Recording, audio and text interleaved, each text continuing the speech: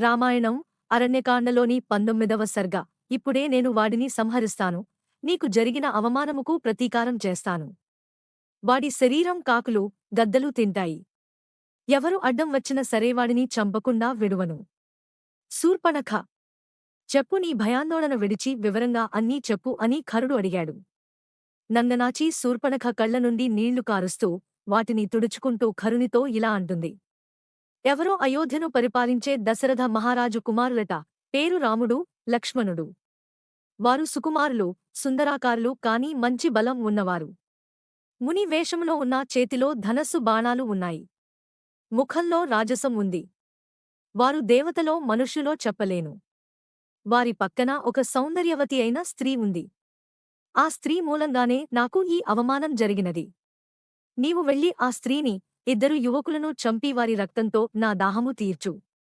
అప్పుడే నా పగ చల్లారుతుంది అని రోషంతో ఖరుడితో పలికి వాడికి ఆవేశం తెప్పించింది. ఆమె మాటలకు ఖరుడు వెంటనే తన వద్ద ఉన్న అత్యధిక బలసంపన్నులైన రాక్షస వీరులను పిలిపించాడు. రామాయణంలో 14 అంకె చాలా ప్రత్యేకమైన వివేశము ఉన్నది, గమనించండి. ఓ రాక్షస వీరులారా! ముని వేషములో ఉన్న ఇద్దరు క్షత్రియ కుమారులు ఒక స్త్రీ దండకారణ్యంలో ప్రవేశించారట. మీరు వెళ్లి వారిని వధించి వారి రక్తం నా సోదరి శూర్పణఖ తాగవలెనని కోరుతూ ఉంది. వెళ్ళండి, వాళ్లను చంపి వారి రక్తము పట్టి తీసుకురండి. అప్పుడు అలా ఆ 14 మంది రాక్షస వీరులు శూర్పణఖను తీసుకుని రామలక్ష్మణులను వెతుక్కుంటూ వెళ్లారు.